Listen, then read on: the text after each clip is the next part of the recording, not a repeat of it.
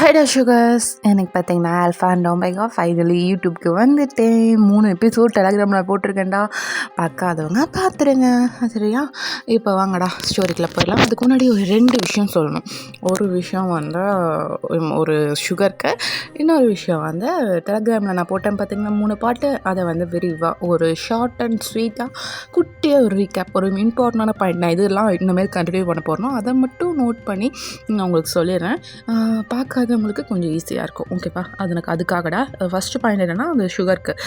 இங்கே பாருங்கடா, நீங்கள் வந்து உங்கள் ஃப்ரெண்ட்ஸ்க்கு ஸ்டோரி கேட்குறீங்க, எல்லாம் ஓகே. ஆனால் வந்து என்னென்னா எனக்கு வந்து அந்த ஸ்டோரி வந்து போடுறதுக்கு விருப்பம் இல்லைடா.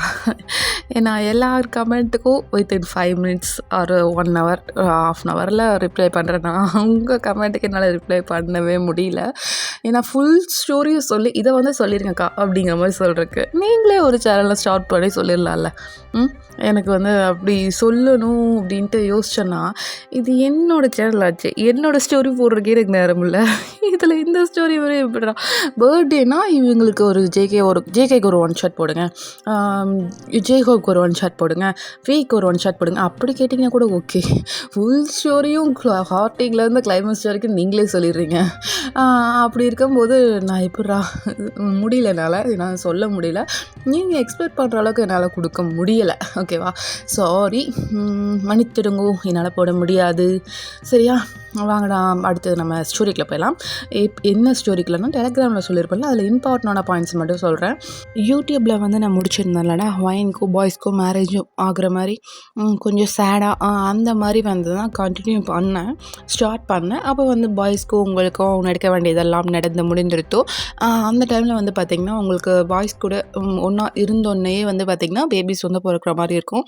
அந்த பேபிஸை வந்து நீங்கள் வந்து மந்திரக்கட்டு மாதிரி போட்டு, அதாவது பேபிஸ் இல்லை, ஒரு வெளிச்சம் மாதிரி வரும். அதுதான் வந்து கொஞ்ச நேரத்தில் பேபிஸாக மாறும். அதை வந்து பார்த்திங்கன்னா மந்திரக்கட்டு மாதிரி போட்டு முனிவர்கிட்ட அனுப்பியிருப்பீங்க. நம்ம பாய்ஸ்க்கு வந்து எல்லாருக்குமே நம்ம ஆரம்க்கு வந்து ஒரு பேபி, ஜேஹூப்க்கு 1, ஜேகேக்கு 2, வீமியனுக்கு 1, சுகாக்கு 3, நம்ம ஜீனுக்கு வந்து 1. அந்த மாதிரி 10 பேபிஸ் வந்து நீங்கள் வந்து முனிவர்கிட்ட அனுப்பியிருப்பீங்க. அப்புறம் வந்து பார்த்திங்கன்னா முனிவர் வந்து சொல்லியிருப்பார். இல்லை முனிவர் இல்லை, ஐயோ மாற்றி மாற்றி சொல்லிட்டு இருக்கேன் பாயிண்ட்டை. நம்ம சுகா வந்து பார்த்திங்கன்னா உங்ககிட்ட சொல்கிறாருடா, என்ன நடந்தாலும் சரி நான் உங்க கூட இருப்பேன் அப்படிங்கிற மாதிரி உங்கள் தலையில் அடித்து சத்தியம் பண்ணுறாரு. நம்ம ஜின்னும் பார்த்திங்கன்னா கண்டிப்பாக உங்க கூட இருப்போண்டி அப்படிங்கிற மாதிரி நம்ம ஜின்னு வந்து மனசார ஒரு ப்ராமிஸ் வந்து பண்ணுறாருடா. பண்ணிவிட்டு இந்த பக்கம் நம்ம முனிவரை பார்க்கலாம். நீங்கள் வந்து பேபிஸை வந்து முனிவர்கிட்ட தான் அனுப்புகிறீங்க. அந்த பேபிஸை வந்து பார்த்திங்கன்னா முனிவர் இருந்துட்டு அவர் ஒரு மந்திரக்கட்டு மாதிரி போட்டு ஒரு கூடையில் வச்சு அந்த உலகத்தை விட்டே வெளியில், அதாவது கேலக்ஸி, அந்த கேலக்ஸியை விட்டே வெளியில் அனுப்புகிறாரு. அதோட முடிச்சிருங்க. வாங்கடா அதுலேருந்தே கண்டினியூ பண்ணலாம். இப்போ பார்த்திங்கன்னா அந்த கூடை வந்து அப்படி அந்த யாருக்கும் தெரியாத மாதிரி மறைய வச்சு அதுக்கு மேலே ஒரு துணி மாதிரி போற்றி மேலே வந்து அனுப்புகிறாரு. அப்போ வந்து அதை பார்த்து சொல்கிறாரு, என்னால் முடிஞ்ச உதவி இதாம்மா, இதுக்கு மேலே என்னால் ஒன்றும் பண்ண முடியாது, என்னை மன்னிச்சிடுங்க அப்படிங்கிற மாதிரி சொல்லி முடிக்கிறாரு. அவரோட மொத்த சக்தியும் உபயோகப்படுத்தி தாண்டா அந்த கூடையை வந்து அப்படி மறைய வச்சு அந்த கேலக்ஸியை விட்டே வெளியே அனுப்பியிருப்பார். இப்போ வந்து பார்த்திங்கன்னா நீங்கள் தான் அப்படியே வந்து அழுதுட்ருக்கீங்க. நம்ம பாய்ஸ் பார்த்திங்கன்னா கொஞ்சம் கொஞ்சமாக கான்ஷியஸ் வர ஆரம்பிக்கிறாங்க. கான்ஷியஸ் வந்துட்டு அவங்க வந்து போயிட்டு ட்ரெஸ் எல்லாம் எடுத்து போட்டுட்டு உங்களை வந்து பார்க்குறாங்க. நீங்கள் அப்படியே பெட்டில் படுத்திருக்கீங்க. நீ படுத்திருக்கியா இல்லை இங்கே கூட வர்றியா அப்படிங்கிற மாதிரி கேட்குறாங்க. அவங்களுக்கு வந்து ஒரு தூது வந்திருக்கும்டா. புறா மூலியமா அந்த காவலர்கள் வந்து தூது விட்டுருப்பாங்க. இந்த மாதிரி ஆப்போசிட் கேங்கில் வந்து அந்த லேடிஸ் 5 பேர் இருப்பாங்கள்ல, எதிரி நாட்டுக்காரங்க, அவங்க வந்து போர் தொடுக்குறாங்க நம்ம மேலே அப்படின்னு சொல்லிட்டு ஒரு தூது மாதிரி வந்திருக்கும். ஆரம்க்கு தாண்டா வந்திருக்கும். ஆரம் தான் வந்து பாய்ஸ் எல்லாரையும் கூட்டிகிட்டு அப்படியே கிளம்புறாரு. நீங்களும் நானும் வரேன் அப்படிங்கிற மாதிரி சொல்லிட்டு நீங்களும் கொஞ்சம் கஷ்டப்பட்டு தான் எந்திரிச்சு வர்றீங்க. பாய்ஸ் வேண்டாம் தான் சொல்கிறாங்க. நீங்கள் இருந்துட்டு இல்லை நான் வரேன் அப்படிங்கிற மாதிரி சொல்லிட்டு நீங்கள் பாய்ஸ் கூட தான் வர்றீங்க. அப்போது பார்த்திங்கன்னா ஜின்னு தான், வயன் சொல்கிறோம்ல, உன்னால் நடக்க கூட முடியல, தயவு செஞ்சு ரெஸ்ட் எடு, நாங்கள் போயிட்டு வரோம். நாங்கள் போயிட்டு முதல்ல முனிவரை பார்த்துட்டு அப்புறமா தான் போவோம். நீ ரெஸ்ட் எடு அப்படிங்கிற மாதிரி சொல்லிட்டு உங்களை வந்து வேற ஒரு ரூமில், அதாவது இப்போ நீங்கள் இருந்தது வந்து வேற ஒரு கோட்டையிலேயே ரொம்ப வந்து ரம்மியமான ஒரு ஏரியாவில் இருந்திருப்பீங்க. இப்போ அதிலிருந்து மாற்றி நீங்கள் கல்யாணம் ஆகிறதுக்கு முன்னாடி உங்களுக்கு ஒரு ரூம் கொடுத்துருப்பாங்க பார்த்தீங்களா, அங்கே கொண்டு வந்து உங்களை படுக்க வச்சுட்டு உங்களுக்கு நல்லா எல்லோரும் பார்த்தீங்கன்னா அப்படியே டேக் கேர் பண்ணி பேம்பர் பண்ணி தூங்க வைக்கிறாங்க. நீங்களும் பார்த்தீங்கன்னா தூங்குறீங்கடா. இந்த பக்கம் முனிவரை பார்க்கலான்னு வராங்க. அவரோட மொத்த சொத்தையே கொடுத்து தானடா அந்த கூடை மேலே அனுப்பியிருப்பார்.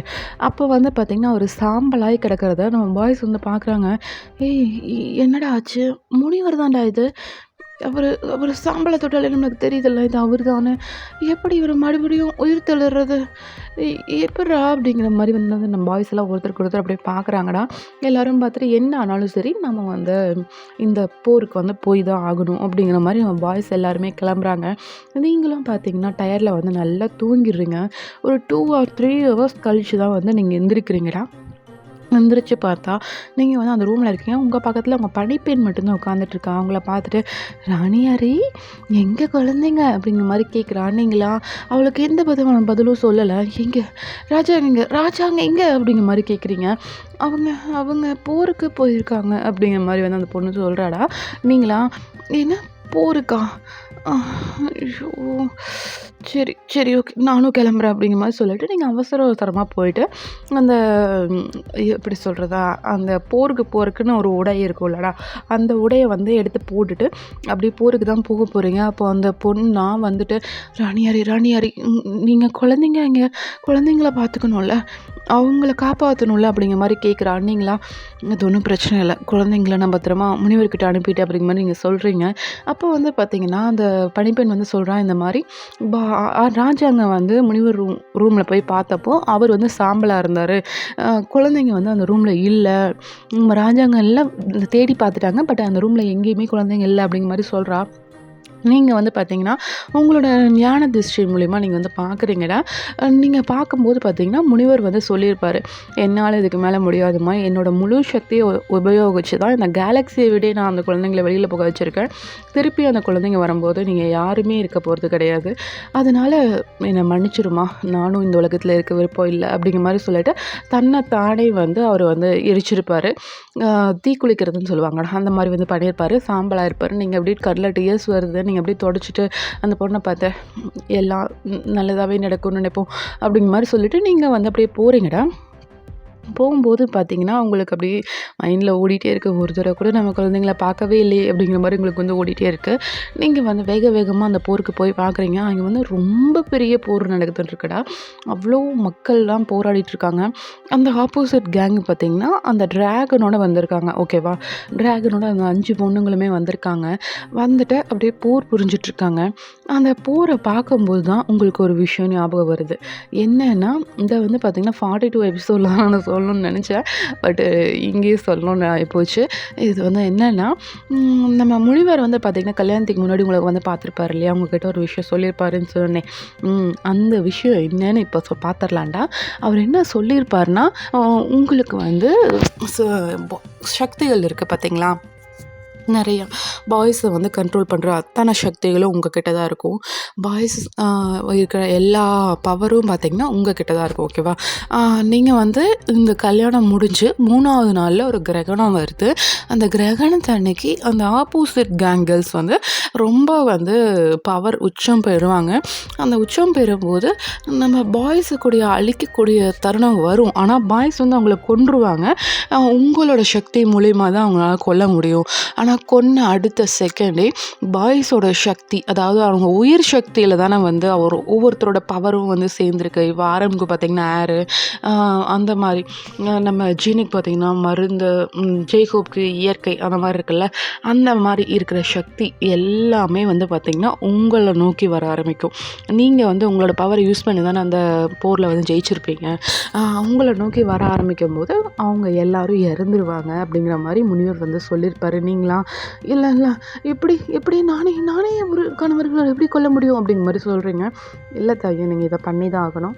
இதை பண்ணலை அப்படின்னா யாருமே உயிர் தப்பிக்க முடியாது, உங்கள் நாட்டு மக்களும் சேர்த்து தான் அப்படிங்கிற மாதிரி சொல்கிறாங்க. நீங்களா ஆனால் என்னோட கணவர்கள் எப்படி நான் இருக்க முடியும், அவங்களாம் அவங்கள நானே எப்படி கொல்ல முடியும் அப்படிங்கிற மாரி கேட்டிருப்பீங்க. அப்போ வந்து பார்த்தீங்கன்னா, உங்கள மீறி உங்களோட அபரிவிதமான சக்தி வெளிப்படும். அப்பதான் வந்து இந்த போர் வந்து நிக்கும். நிக்கும்போது பார்த்தீங்கன்னா, உங்களோட சக்தி அதாவது வெளிப்படுதுல ஆற்றல், அது வந்து மத்த வெளிய எங்க என்ன ஆற்றல் இருக்கோ, அது எல்லாத்தையும் புடிச்சு காந்த மாரி இழுக்கக்கூடிய சக்தி வந்து அதுக்கு இருக்கு. அதனால நீங்க வந்து இத தாங்கி தான் ஆகணும். வேற வழி இல்ல அப்படிங்கிற மாரி வந்து நீங்க சொல்றீங்க. சாரி முனிவர் வந்து சொல்றாரு உங்ககிட்ட. உங்களுக்கு வந்து அதனால தான் வந்து அடக்க முடியாத டீயர்ஸ் வந்திருக்கும். இன்னும் எத்தன நாள்ல நடக்க போகுது அப்படிங்கிற மாரி கேட்டிருப்பீங்க. 3 நாள்ல நடக்க போகுது. இந்த 3 நாள் தான் உங்களுக்கு டைம் அப்படிங்கிற மாரி வந்து முனிவர் சொல்லியிருப்பாரு. நீங்களா இதுக்கு வேற வழியே இல்லையா? நான் என் கணவர அடையவே முடியாதா?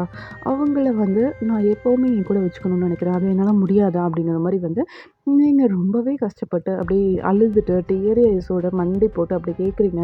முனிவர் அத பார்த்துட்டு, "ஒரு வழி இருக்குமா" அப்படிங்கிற மாரி சொல்றாரு. நீங்களா "என்ன என்ன என்ன என்ன வழி?" அப்படிங்கிற மாரி நீங்க போயிட்டு அப்படியே முனிவரோட காலையே புடிச்சுக்கிறீங்க. அவர் கால்ல இருந்து உங்க கைய எடுத்து விட்டுட்டு, "எனக்கு தெரிஞ்சு அது அடுத்த யுகத்துல தான் நடக்கும்." அப்படிங்கிற மாரி சொல்றாரு. நீங்களா "ஆ?" அப்படிங்கிற மாரி நீங்க வந்து கேட்குறீங்க. ஆமாம்மா.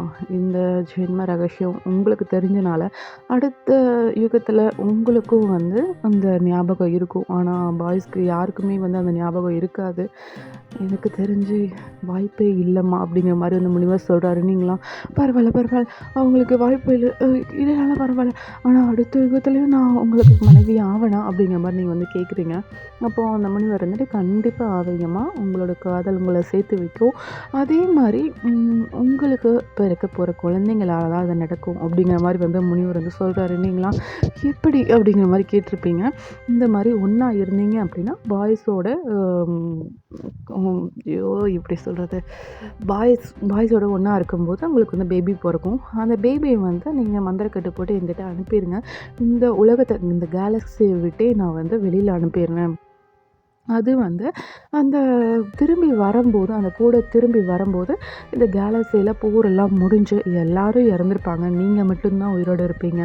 நீங்க உயிரோட இருக்கும்போது, அந்த குழந்தைங்கள்லாம் இந்த பூமிக்கு வரும்போது, நீங்க எங்க அந்த குழந்தைங்கள விடணும்னு நீங்க ஆசைப்படுறீங்களோ, அந்த இடத்துல அந்த குழந்தைங்கள விட்டுருங்க.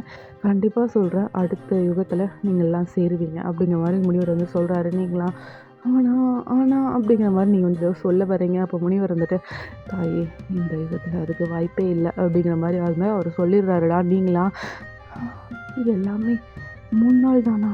3 நாள் தான் அவங்கள என்னோட வச்சுக்க முடியுமா என்னால? அப்படிங்கிற மாரி வந்து நீங்க அவ்ளோ டீயர்ஸோட கேட்குறீங்க. ஆமா தாயி. ஆனா அடுத்த யுகத்துல நீங்க ஒண்ணு சேரணும்னா, ஒரு ஒரு 1000 ஆண்டுகள் நீங்க தவம் புரியணும். அப்படிங்கிற மாரி முனிவர் வந்து சொல்றாருடா. நீங்களா ஆ அப்படிங்கிற மாரி வந்து கேட்குறீங்க. ஆமாம் தாயே. இந்த ஜென்மத்தில நீங்க பிரிஞ்சு, உங்க குழந்தைங்க மூலியமா நீங்கள்லாம் மறுபடியும் பொறுப்பெடுத்து, நீங்க வந்து இந்த பூலோகத்தில நீங்க மறுபடியும் இந்த உலகத்த ஆளுவீங்க. அந்த உலகத்தில தான் வந்து உங்களால சேர முடியும். நீடிச்சு வாழவும் முடியும். அதுக்காக நீங்க ஒரு யுகமே தவம் பண்ணி தான் ஆகணும். அப்படிங்கிற மாரி வந்து முனிவர் வந்து சொல்லிடுறாருடா. நீங்களா ம். சரி. எனக்கு வேற வழி இல்லைல்ல. நான் என்ன பண்ண முடியும்? அப்படிங்கிற மாரி வந்து நீங்க டீயர்ஸ்லாம் தொடச்சுட்டு தான் வந்து அந்த மேரேஜ்க்கே வந்து போயிருப்பீங்க. இப்போ வாங்கடா ஸ்டோரிக்குள்ள போலாம். இப்போ வந்து பார்த்தீங்கன்னா, இப்போ கரண்ட்ல நீங்க வந்து அத யோசிச்சுட்டு அந்த போர வந்து பார்க்குறீங்க. அங்க வந்து எல்லாரும் சாகுறாங்க. ஒவ்வொருத்தரும் அப்படியே மடிஞ்சு விழுகுறாங்க. நீங்க அத பார்த்துட்டு இந்த போரை நான் இப்போ நிறுத்தியே ஆகணும். இல்லைனா என் குழந்தைங்க கூட இருக்கிறதுக்கு ஒரு சில பேர் கூட இல்லாமல் போயிடுவாங்களே அப்படிங்கிற மாதிரி நீங்கள் வந்து உங்கள் நாட்டு மக்களை காப்பாற்றியே தீரணும் அப்படிங்கிறக்காக நீங்கள் வந்து உங்களுக்குள்ளே இருக்க ட்ராகனை அப்படியே வெளியில் எடுக்கிறீங்க. அப்போ வந்து பார்த்திங்கன்னா அது எடுப்புற சத்தம் அந்த இருக்கிற போர்க்களத்தில் இருக்க எல்லாரையும் அப்படியே அச்சுறுத்துது. அப்படியே அது வெளியில் வருது. நீங்கள் வந்து பார்த்திங்கன்னா அதோட தலையில் நிற்கிறீங்க. உங்களை வந்து தூக்கிட்டு அப்படியே அது பறந்து போகுது பாருங்கள். பறந்து போயிட்டு அப்படியே அந்த போர் நடக்குதுல்ல பாய்ஸ்க்கும் அந்த ஆப்போசிட் கேர்ள்ஸ்க்கும் அந்த சென்ட்ரலில் வந்து நிற்கிறீங்க. எல்லாரும் ஒரு நிமிஷம் அந்த சண்டையவே நிறுத்திட்டு உங்களை வந்து பார்க்குறாங்கன்னா நீங்கள் அப்படியே நெருப்பு ஜுவாலையோட அப்படியே பறந்துட்டு அந்த ட்ராகன் தலை மேலே நிற்கிறீங்க. நீங்கள் வந்து அந்த ட்ராகனை வந்து ஃபுல் கண்ட்ரோல் பண்ணிகிட்ருக்கீங்க. ஆப்போசிட்டில் வந்து பார்த்தீங்கன்னா அந்த கேர்ள்ஸும் அந்த பிளாக் ட்ராகனை வந்து வச்சுருக்காங்கடா. அவங்களோட பவர்ஸை வச்சு அவங்களுக்கு கிடைச்ச மக்களை வச்சு அவங்க வந்து இந்த போரை வந்து ஆரம்பிச்சிருக்காங்க. நம்ம பாய்ஸ் உங்கள அப்படியே பார்க்குறாங்கடா. அவங்களுக்கு பார்த்தீங்கன்னா நெறைய அடிபட்டுருக்கு. நெறைய ரத்தம் வந்திருக்கு. நீங்க பாய்ஸ பார்த்துட்டு உங்களுக்கு வந்து அடக்க முடியாத கோவம் வருது அந்த பொண்ணுங்க மேல. அவங்கள பார்த்துட்டு ஒரு கத்து கத்துறீங்க. "என்ன தைரியம் இருந்தா தான் என் கணவர் மேலேயே வந்து கைய வச்சிருப்பீங்க." அப்படிங்கிற மாரி ஒரு கத்து கத்துறீங்க. அவங்களுக்கெல்லாம் கொஞ்சம் உள்ள வந்து நடுக்கமே எடுத்துடுது மனசுல. அப்போ வந்து பார்த்தீங்கன்னா, அவங்க தான் அப்படியே உங்களையே பார்த்துட்டே இருக்காங்க. நீங்களா, "இதுக்கு மேல உங்கள விட்டு வைக்கிறக்கு நான் தயாரா இல்ல." அப்படிங்கிற மாரி சொல்லிட்டு, உங்கனால முடிஞ்ச வரைக்கும் உங்களோட முழு கோபத்த காட்டக்கூடாது. எப்படியாவது இந்த சாபத்த வந்து நம்ம நீக்கிரணும் அப்படிங்கிற மாரி, அ உங்களுக்கு வந்து இப்போ சாகணும், பாய்ஸ் எல்லாரும் சாகணும் அப்படிங்கிற மாரி வந்திருக்கும் இல்லடா. அத வந்து பார்த்தீங்கன்னா, அப்படியே வந்து ரொம்ப ட்ரை பண்றீங்க. இல்ல பாய்ஸ்க்கு வந்து எதுவும் ஆகக்கூடாது அப்படிங்கிற மாரி ரொம்ப ட்ரை பண்ணி, உங்களால எவ்வளோ உங்க சக்திய அடக்க முடியுமோ, அவ்வளோ அடக்கி அந்த போர வந்து ஸ்டார்ட் பண்றீங்கடா. அந்த பக்கம் பார்த்தீங்கன்னா, ஒவ்வொரு கேர்ளா அப்படியே சாக ஆரம்பிக்கிறாங்க. அவங்க சாகும்போது பார்த்தீங்கன்னா, அந்த பவர் வந்து நம்ம பாய்ஸால எடுக்க முடியாத அளவுக்கு அவங்களோட சக்திகளும் வந்து கொஞ்சம் பெருசாயிருக்கும். அவங்களும் வந்து தவம்லாம் பண்ணி நெறைய பூஜை, புனஸ்காரம்னு சொல்லிட்டு நெறைய பண்ணி அவங்களோட பலத்தையும் வந்து பெருக்கியிருப்பாங்க. அதனால அவங்களோட சக்திகள நம்ம பாய்ஸால எடுக்கவே முடியாது. உங்களால மட்டும் தான் முடியும். உங்களோட அந்த அபரிவிதமான அந்த சக்தி வெளிப்படும்போது தான், அந்த சக்தி எல்லாம் உங்களுக்குள்ள வந்து ஒண்ணா அடங்கும். அ அதனால வந்து அந்த சக்திங்கலாம் பாய்ஸுக்கு கிடைக்காம, அப்படியே அந்த இடத்துல பறந்துட்டே இருக்கு. இப்ப நீங்க வந்தக்கப்புறம் பார்த்தீங்கன்னா, நம்ம பாய்ஸோட அந்த போர் செய்வாங்கல்ல அந்த நாட்டுக்காரங்க எல்லாருமே வந்து பார்த்தீங்கன்னா, ரொம்ப உத்வேகத்தோட அப்படியே சண்டை போட்டுட்ருக்காங்க. எங்க ராணியார் வந்துட்டாங்க. நான் கண்டிப்பா ஜெயிப்போம் இந்த தடவ அப்படிங்கிற மாரி எல்லாரும் ரொம்பவே வந்து உத்வேகத்தோட அப்படியே சண்டை போட்டுட்ருக்காங்கடா. நீங்க போயிட்டு நம்ம பாய்ஸ்க்கு சென்ட்ரல்ல தான் நின்னு சண்டை போட்டுட்ருக்கீங்க. எல்லாரையும் பார்த்தீங்கன்னா, ஒரு கையில அப்படியே பந்தாடுறதுன்னு சொல்லுவாங்க பார்த்தீங்களா, அந்த மாரி பண்ணிட்டுருக்கீங்க நீங்க. ஆப்போசிட்ல இருக்கிறத. உங்க டிராகன் வந்து பார்த்தீங்கன்னா, அந்த பிளாக் டிராகனோட போயிட்டு அப்படியே சண்டை போட ஆரம்பிக்குது. அப்போ வந்து பார்த்தீங்கன்னா, நீங்களா அவன் சும்மா விடாத. அவன் வந்தனால தான் இப்போ இத்தனை பிரச்சனை நடக்குது அப்படிங்கிற மாரி வந்து நீங்க அந்த டிராகன பார்த்து அப்படியே முறைக்கிறீங்க. அந்த டிராகன் உங்கள பார்த்து அப்படியே கத்துது. அதோட வாயிலிருந்து நெருப்பெல்லாம் வருது. அப்படியே இந்த டிராகன் உங்ககிட்ட இருந்து வந்துச்சுலடா, அந்த டிராகன் பார்த்தீங்கன்னா, அந்த பிளாக் டிராகன போட்டு அந்த அடி அடிக்குது. அப்படியே சுத்தி அதோட நரம்புகள் எல்லாம் முறிக்க ட்ரை பண்ணுது. பட் அதனால முடியல. ஒரு ஸ்டேஜ்ல பார்த்தீங்கன்னா, அந்த டிராகனே அந்த அடி வாங்கி கீழ விழுகிற மாரி போகுது. நீங்களா போயிட்டு அந்த டிராகனுக்கு காப்பாத்தணுமே அப்படிங்கிறதுக்காக, அந்த டிராகன் கூட போயிட்டு உங்களோட சக்திய வந்து பாதிய வந்து அந்த டிராகனுக்கு குடுக்குறீங்க. அப்போ வந்து அந்த டிராகன் வந்து பார்த்தீங்கன்னா, அந்த பிளாக் கலர் டிராகன அடிச்சு அப்படியே கீழ தள்ளுதுடா. கீழ தள்ளும்போது பார்த்தீங்கன்னா, பாக்கி இருக்க 3 கேர்ள்ஸ் இருக்காங்கல்ல, அந்த 3 கேர்ள்ஸும் பார்த்தீங்கன்னா, அப்படியே கொஞ்சம் தடுமாறுறாங்க. உங்களுக்கு வந்து புரியுது, அவங்களோட உயிர் சக்தி இந்த டிராகன் தான். இந்த டிராகன கொன்னுட்டோம் அப்படின்னா, கண்டிப்பா வந்து அந்த கேர்ள்ஸ் வந்து இறந்துருவாங்க அப்படிங்கிற மாரி உங்களுக்கு வந்து ஐடியா தெரியுது. பாய்ஸ் வந்து அவ்ளோ சண்டை போட்டுட்ருக்காங்க. பெரிய வாள் சண்டை, அவங்களோட சக்திகள வச்சு உபயோகப்படுத்தி சண்டை போடுறதுன்னு சொல்லிட்டு, பாய்ஸ் அவ்ளோ பண்ணிட்டுருக்காங்க. அவங்கனால சுத்தமா முடியல. ஒரு ஸ்டேஜில பார்த்தீங்கன்னா, எல்லாரும் அப்படியே சோர்ந்து போயிடுறாங்க. அன்னைக்கு ஈவினிங் ஆகுது. உங்களுக்கு வந்து ஒரு வாய்ஸ் கேட்குது. அந்த முனிவரோட வாய்ஸ் தான்டா. "என்ன மன்னிச்சிடுங்கம்மா, நேரம் வந்துருச்சு." அப்படிங்கிற மாரி அவங்க வாய்ஸ் வந்து உங்களுக்கு கேட்குது. நீங்களா அப்படியே உங்க கண்லலாம் டியர்ஸ் வருதுடா. நீங்க ஒரு கத்துறீங்க பாருங்க. பாய்ஸ்க்கே கொஞ்சம் அள்ளு விட்டுருது. என்னாச்சு? அப்படிங்கிற மாரி வந்து பார்க்குறாங்க. இப்போ வந்து பார்த்தீங்கன்னா, உங்க டிராகன் அந்த பிளாக் டிராகன வந்து கொன்றுது. கொல்லும்போது பார்த்தீங்கன்னா, அந்த பிளாக் டிராகனுக்குள்ள அந்த சக்தி இருக்கும் பார்த்தீங்களா? அ அ அந்த எப்படி சொல்றது? பிரம்ம சக்தின்னு சொல்லுவாங்க. அந்த மாரி ஒரு சக்தி இருக்கும். அந்த சக்தி வந்து உங்களுக்குள்ள வருது. உங்களுக்குள்ள வரும்போது தான் உங்களோட சக்தி வந்து பல மடங்கா பெருகும். ஆ உங்களோட பாக்கி இருக்க, அதாவது பாய்ஸ் கிட்ட இருக்க சக்தியெல்லாம் உங்களுக்குள்ள வர நேரம் அது. ஆ அந்த மாரி உங்களுக்குள்ள வரும்போது நீங்க அந்த கத்துறீங்க. பாய்ஸ் எல்லாம் பார்க்குறாங்க. ஜெயிச்சுட்டா அப்படிங்கிற மாரி எல்லாரும் சந்தோஷமா அந்த போர் முடிஞ்சிருச்சு அப்படின்னு சொல்லிட்டு எல்லாரும் ஒருத்தர் ஹக் பண்ணிட்டு எல்லாரும் அப்படியே வந்து ஷோல்டர்ல கை போட்டு உங்க பக்கத்துல தான் வரப்போறாங்க. நீங்கலாம் அங்கேயே நில்லுங்க அப்படிங்கிற மாரி கத்துறீங்க. பாய்ஸ் எல்லாரும் ஏன் என்ன ஆச்சு? அப்படின்னு நீ தான் கொன்னுட்டல்ல. அந்த பொண்ணுங்களும் செத்துட்டாங்களா? எதுக்கு இப்போ எங்க பக்கத்துல வர வேணாம்னு சொல்ற? அப்படிங்கிற மாரி கேட்குறாங்க. இப்போ வந்து பார்க்குறீங்களா, நீங்க கண்ண திறந்து பார்க்குறீங்க. உங்க கண்லேருந்து அப்படி ஒரு வெளிச்சம் மின்னல் மாரி வருது. அந்த இடத்துல பார்த்தீங்கன்னா, ஒரு கருமேகம் வந்து சூழுதுடா. உங்க நாட்டு மக்கள எல்லாரும் பார்த்தீங்கன்னா, பாய்ஸ் வந்து எல்லாரும் பாதுகாப்பான இடத்துக்கு போங்க அப்படிங்கிற மாரி வந்து சொல்றாங்க. எல்லாரும் வந்து அ ஒரு ஒரு குடில் மாரி போட்டிருக்காங்கடா. அங்கெல்லாம் போயிட்டு அப்படியே ஒளிஞ்சுக்கிறாங்க. இந்த பக்கம் பாய்ஸா, "என்னவா என்னாச்சு? வாடி போலாம்" அப்படிங்கிற மாரி வந்து உங்கள வந்து அப்படியே இழுக்குறாங்க பாய்ஸு. உங்கனால முடியல.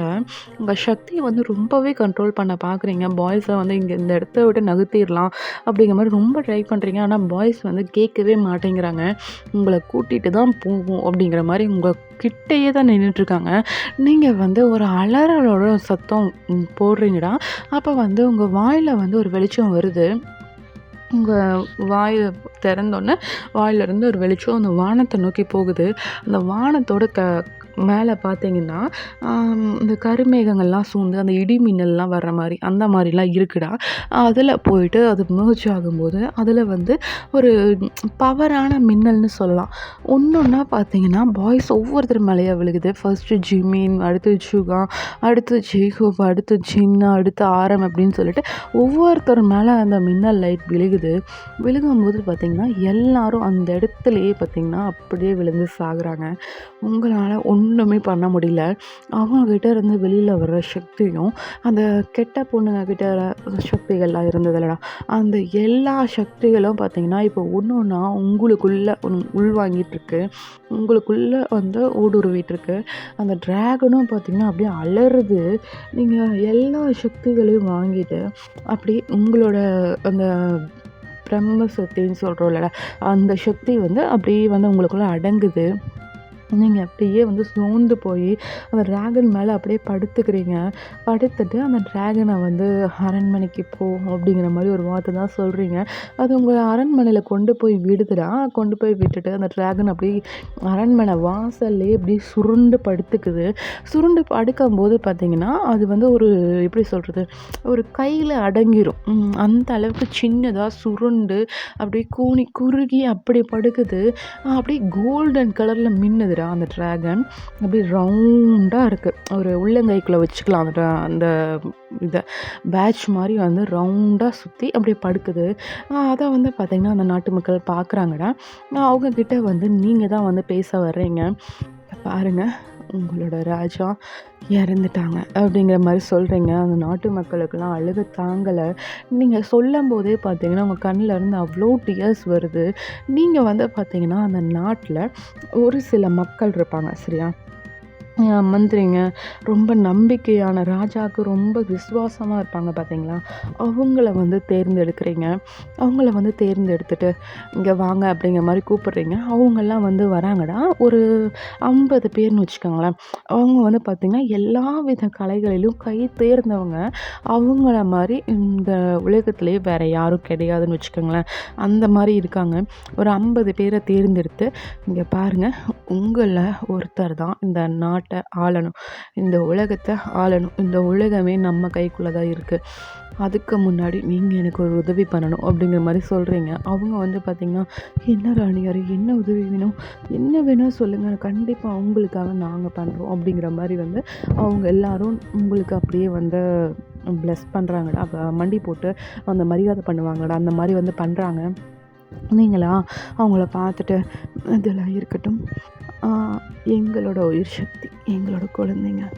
அவங்கள எல்லாரையும் உங்கள நம்பி விட்டுட்டு போறேன். தயவு செஞ்சு அவங்கள காப்பாத்துங்க." அப்படிங்கிற மாரி சொல்றீங்க. அவங்க எல்லாரும், "ராணியாரே, நீங்க இல்லாம எப்படி? பச்சை குழந்தைங்களாச்சே! நீங்க இல்லாம எப்படி நாங்க வளர்த்துவோம்?" அப்படிங்கிற மாரி கேட்டு, அவங்க எல்லாரும் ரொம்பவே வந்து பெட் பண்றாங்க உங்ககிட்ட. "வேணாம், போகாதீங்க. எங்கள விட்டு போகாதீங்க." அப்படிங்கிற மாரி கேட்குறாங்க. நீங்களா, "என்னை விட்டு என் கணவர்களே போயிட்டாங்க. நான் இருந்து என்ன பிரயோஜனம்?" அப்படிங்கிற மாரி வந்து நீங்க கேட்குறீங்களா? இப்போ வந்து பார்த்தீங்கன்னா, உங்களுக்கு ஒரு பணிப்பெண் இருந்திருப்பாள்ல, அவ வந்து பார்த்தீங்கன்னா, "ராணியாரே, அவங்க எங்கேயும் போல. உங்களுக்குள்ள தான் இருக்காங்க. நீங்க ஏன் இப்படி பண்றீங்க? நீங்க வந்து உங்க குழந்தைங்களுக்காக நீங்க இந்த உலகத்துல இருந்து தான் ஆகணும். தயவு செஞ்சு எங்கள எல்லாம் தவிக்க விட்டுட்டு போயிறாதீங்க." அப்படிங்கிற மாரி அந்த பணிப்பெண் வந்து கேட்குறாடா. நீங்க வந்து பார்த்தீங்கன்னா, இல்ல, எனக்கு வந்து இந்த நாட்ட விட, என் உயிர விட, என்னோட கணவர்கள் தான் முக்கியம் அப்படிங்கிற மாரி வந்து நீங்க அப்படியே டியரி ஐஸோட சொல்றீங்க.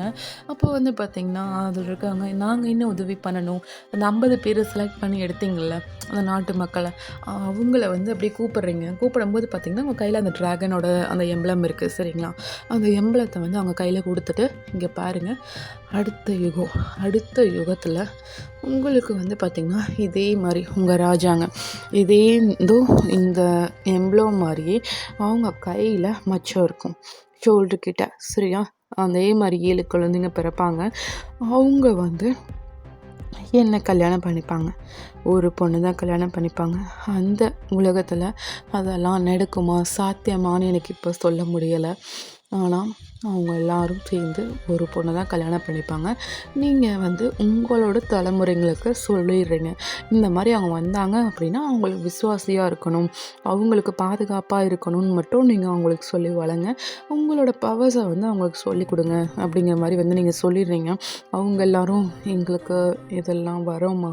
கண்டிப்பா அடுத்த ஜென்மத்தில நான் உங்களோட கணவர நாங்க தாராளமா நாங்க வழிநடத்துறோம். அப்படிங்கிற மாரி வந்து அவங்க எல்லாரும் அப்படியே பவ் பண்றாங்க.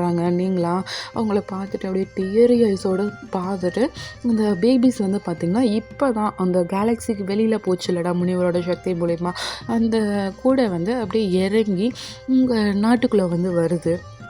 நீங்களா அத பார்த்துட்டு அப்படியே டியரி ஐஸோட போயிட்டு அந்த கூடைய வந்து அப்படியே பிடிக்கிறீங்க. பிடிக்கும்போது பார்த்தீங்கன்னா, அந்த ஒவ்வொரு சக்திகளும் அந்த வெளிச்சம் மாரி வந்திருக்கும். அந்த வெளிச்சம்லாம் பார்த்தீங்கன்னா, உங்க கைக்கு வந்தக்கப்புறம் தான் பேபிஸா மாறுது. ஒவ்வொரு பேபிஸா எடுத்து நீங்க வந்து அதுக்கு மில்க்லாம் ஃபீட் பண்றீங்கடா. ஃபீட் பண்ணும்போது பார்த்தீங்கன்னா, உங்களுக்கு ஃபீல் ஆகுது. நம்ம ஜிமின், வீலாம் எப்படி வந்து உங்ககிட்ட கொஞ்சுனாங்க, இந்த மில்க் வந்து குடிச்சாங்க அப்படின்னு சொல்லிட்டு உங்களுக்கு வந்து அப்படியே தோண ஆரம்பிக்குது. உங்க கண்ணில் இருந்து அவ்வளோ தண்ணி வந்து கொட்டுது, அப்படியே அருவி மாதிரி கொட்டிகிட்ருக்கு. எல்லாரும் வந்து பார்க்குறாங்கடா. நீங்கள் வந்து உங்களுக்கு பின்பக்கம் தான் தெரியுது. உங்களை பார்த்துட்டு, ராணியாரே, நாங்கள் கண்டிப்பாக எங்கள் உயிரே போனாலும் சரி, எங்களுக்கு உயிருக்கு மேலே உங்கள் வம்சத்தை வந்து நாங்கள் காப்பாற்றுறோம் அப்படிங்கிற மாதிரி வந்து அவங்கெல்லாம் உங்களுக்கு வாக்கு கொடுக்குறாங்க. நீங்கள் வந்து எல்லா பேபிஸையும் அப்படியே எடுத்து மில்க்லாம் ஃபீட் பண்ணி அவங்களுக்குலாம் முகத்தில் அப்படியே வைப் பண்ணி விட்டுட்டு, நீங்கள் எல்லா பேபிஸையும் பார்த்தீங்கன்னா, அப்படியே ஒரு ராஜாவோட அந்த அரியணை இருக்கும்லடா, அந்த அரியணையில் போயிட்டு அப்படியே இப்போ உட்கார அந்த பேபிஸை வந்து அப்படியே படுக்க வைக்கிறீங்க. அப்போ வந்து எல்லோரும் பார்த்துட்டு, இவங்க தான் எங்களோட ராஜா, இவங்களாம் வழிநடத்துறது தான் நாங்கள் பண்ணுவோம் அப்படிங்கிற மாதிரி வந்து எல்லோரும் சபதம் எடுத்துக்கிறாங்கடா. அந்த நாட்டு மக்களுக்கும் வந்து பார்த்திங்கன்னா, அப்படியே அறிவு விதிச்சிடுறாங்க.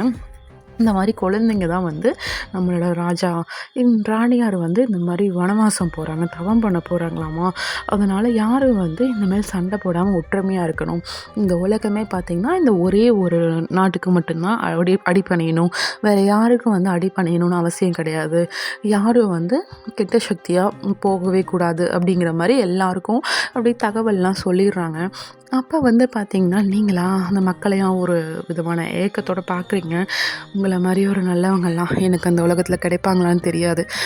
நீங்கள் கிடைச்சதுக்கு நான் புண்ணியம் பண்ணியிருக்கணும் அப்படிங்கிற மாதிரி சொல்லிவிட்டு எல்லாரையும் போயிட்டு டைட்டாக ஒரு வார்ம் ஹக் பண்ணுறீங்க. ஹக் பண்ணிவிட்டு உங்கள் குழந்தைங்களெல்லாம் அப்படியே ஃபோர்ஹெட்டில் தடவி கொடுத்து எல்லாருக்கும் அப்படியே கிஸ் பண்ணுறீங்கடா. கிஸ் பண்ணும்போது பார்த்திங்கன்னா, உங்களுக்கு வந்து டியர்ஸ் வருது. உங்களுக்கு அப்பாங்கள்லாம் என் கூடவே இருப்பாங்கன்னு சொன்னாங்க. ஆனால் கொஞ்சம் நாளில் போயிட்டாங்கல்ல அப்படிங்கிற மாதிரி நீங்கள் வந்து எல்லாரையும் அப்படியே டியரி ஐஸோட பார்த்துட்ருக்கீங்க. அப்படியே வந்து பார்த்திங்கன்னா, நீங்கள் ஒரு காட்டுக்குள்ளே வந்து நடந்து போகிறீங்க. பேபிஸ் எல்லாம் அவங்கக்கிட்ட கொடுத்துட்டு அப்படியே நடந்து போகிறீங்க. எல்லோரும் வந்து உங்களையே பார்த்துட்ருக்காங்க. எல்லோரும் ஓகே, இனிமேல் வரப்போகிற அந்த காலத்துக்காக நம்ம காத்திருப்போம். நம்ம ராஜா அங்கே வரப்போகிற அந்த காலத்துக்காக நம்மளாம் காத்திருப்போம் அப்படிங்கிற மாதிரி எல்லாரும் வந்து பார்த்திங்கன்னா சபதம் எடுத்துக்கிறாங்கடா. இப்படியே தான் வந்து டேஸஸ் கொஞ்சம் ஸ்கிப் ஆகுதுடா. இப்போ வந்து பார்த்திங்கன்னா, ஒரு 3 தலைமுறை அப்படியே வந்து பாஸ் ஆகுது. 3 தலைமுறை பாஸ் ஆகும்போது நீங்கள் யார்கிட்ட விட்டுட்டு போனீங்களோ பேபிஸை, அவங்க பார்த்திங்கன்னா இறந்துடுறாங்க. அவங்களோட குழந்தைங்க அவங்க எல்லோரும் பார்த்திங்கன்னா, அவங்க அப்பா அம்மா சொன்னதை வச்சு இந்த மாதிரி இவங்கள வந்து பாதுகாக்கணும் அப்படிங்கிற மாதிரி ஒவ்வொரு 3வது தலைமுறை. அப்போ வந்து பார்த்திங்கன்னா, நீங்கள் 50 பேராக விட்டுட்டு போனது, அவங்க இப்போது பாதுகாவலராக இருக்கிறவங்க மட்டும் ஒரு 700 பேர் இருப்பாங்கன்னு வச்சுக்கோங்களேன். அந்த மாதிரி பெருசாக பெருகியிருக்கு. அவங்க வந்து பார்த்திங்கன்னா அந்த 10 பாய்ஸ் இருப்பாங்கள்ல, 10 பேர் குழந்தைங்கள வந்து விட்டுட்டு போயிருப்பீங்க பார்த்தீங்களா, அதில் வந்து ஆண், பெண் 2 பேருமே இருப்பாங்க.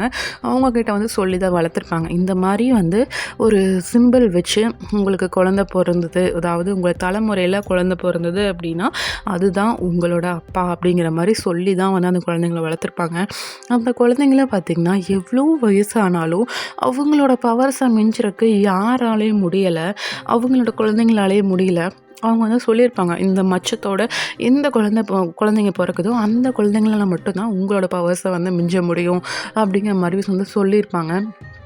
அந்த பேபிஸும் பார்த்திங்கன்னா அவ்வளோ பொறுப்பாக அந்த நாட்டை பாதுகாக்கிறது, அவங்களோட கொடுத்த கடமைகளை சிறப்பாக செய்கிறதுன்னு சொல்லிட்டு அவ்வளோ நல்லா வழிநடத்தி வந்துட்டு இருப்பாங்கடா. 3வது தலைமுறையில் பார்த்திங்கன்னா அந்த பேபிஸ் வந்து பேர்ன் ஆகுது. அதில் வந்து பார்க்குறாங்க மச்சமே இல்லை, எல்லாம் மனசு உடைஞ்சிடுறாங்க. சரி, நம்ம அம்மா வந்து சொல்லியிருக்காங்கல்ல, கண்டிப்பாக நம்ம அப்பாங்க திரும்ப வருவாங்க, நம்ம தலைமுறை மறுபடியும் உருவாகும் அப்படிங்கிற நம்பிக்கையில் அவங்களாம் இருக்காங்கடா. ஓகேடா, நான் இதோட முடிக்கிறேன். நெக்ஸ்ட் பார்ட் நாளைக்கு போட்டுறேன். இந்த எஃப்எஃப் எப்படி போகுது அப்படின்னு சொல்லிட்டு இப்போ சொல்லுங்கள். எல்லோரும் சேட் எண்டிங் வேண்டாம், சேட் எண்டிங் வேண்டாம்னு சொல்லிட்டு இருந்தீங்கல்ல, இந்த எஃப்எஃப் எப்படி இருக்குதுன்னு சொல்லிட்டு ஃபுல்லாக கேட்டவங்க, என்னோடய கமெண்ட் லாஸ்ட்டாக படிக்கிறவங்க கண்டிப்பாக கமெண்ட் செக்ஷனில் வந்து மென்ஷன் பண்ணுறீங்க, சரியா? நெக்ஸ்ட்டு எப்படி கொண்டு போகலாம், பாய்ஸ் எப்படி ஒயனை வந்து மீட் பண்ணுவாங்க, ஒயன் எப்படி பாய்ஸ் எல்லாம் பார்ப்பாங்க, எப்படி ஒயன் தான் ஒயன்னு எப்படி கண்டுபிடிப்பாங்க அப்படிங்கிறதெல்லாம் நெக்ஸ்ட்டு வரப்போகிற அப்கமிங் பார்ட்ஸில் பார்ப்போம். அப்போ தானே நான் 15 பார்ட்டில் முடிப்பேன், இல்லைனா இன்னும் பெருசாகிட்டே போகும். அதனால் நான் அதை வந்து நடுவில் இருந்த 2 பாட்டை தூக்கிட்டேன். அந்த பாட்டு வந்து அவ்வளோ ஒன்றும் முக்கியம் கிடையாது, அதனால் தூக்கிட்டேன். அதில் இம்பார்ட்டண்டான பாயிண்ட்ஸ் எதுவும் இல்லை, அதனால் தூக்கினேன். இப்போ வந்து பார்த்திங்கன்னா அந்த பொண்ணுக்கு, அதாவது எனக்கு ஸ்டோரி சொல்ல சொன்னாங்க பார்த்தீங்களா, தயவு செஞ்சு கோச்சிக்காதீங்கடா, என்னோடய சூழ்நிலை அப்படி, ஏற்கனவே அக்கா நீங்கள் அவங்கள மாதிரியே ஸ்டோரி போடுறீங்க, அதே ஸ்டோரி மாதிரி இருக்குது இந்த ஸ்டோரி அப்படிங்கிற மாதிரி நிறையா கமெண்ட்ஸ் வந்துச்சு. அதெல்லாம் ஸ்ட்ரகிள் பண்ணி தானே வரேன். ஸோ அதனால தான் சொல்கிறேன், நீங்கள் சொல்கிற ஸ்டோரியை நீங்கள் சொல்ல மாட்டீங்க தான், பட்டு வேறு யாராவது வந்து சொன்னாங்கன்னு வச்சுக்கோங்களேன், தயவு செஞ்சு எனக்கு ஹர்ட் ஆகிடும், எனக்கு அது வேண்டாம். அதனால தான் நான் விலகி போகிறேன், கோவித்துக்கொள்ள வேண்டாம், ஓகேவா? சாரி போட முடியாததுக்கு. பை தி வே அவங்களுக்கு ஹாப்பி பர்த்டே சொன்னேன்னு சொல்லிடுங்க. அவ்வளோதானே, லாஸ்ட் வரைக்கும் பார்த்ததுக்கு தேங்க்ஸ். என்னோட கமெண்ட்லாம் இவ்வளோ பொறுமையாக கேட்டதுக்கும் thanks. Bye bye, see you, நாளைக்கு பார்க்கலாம்.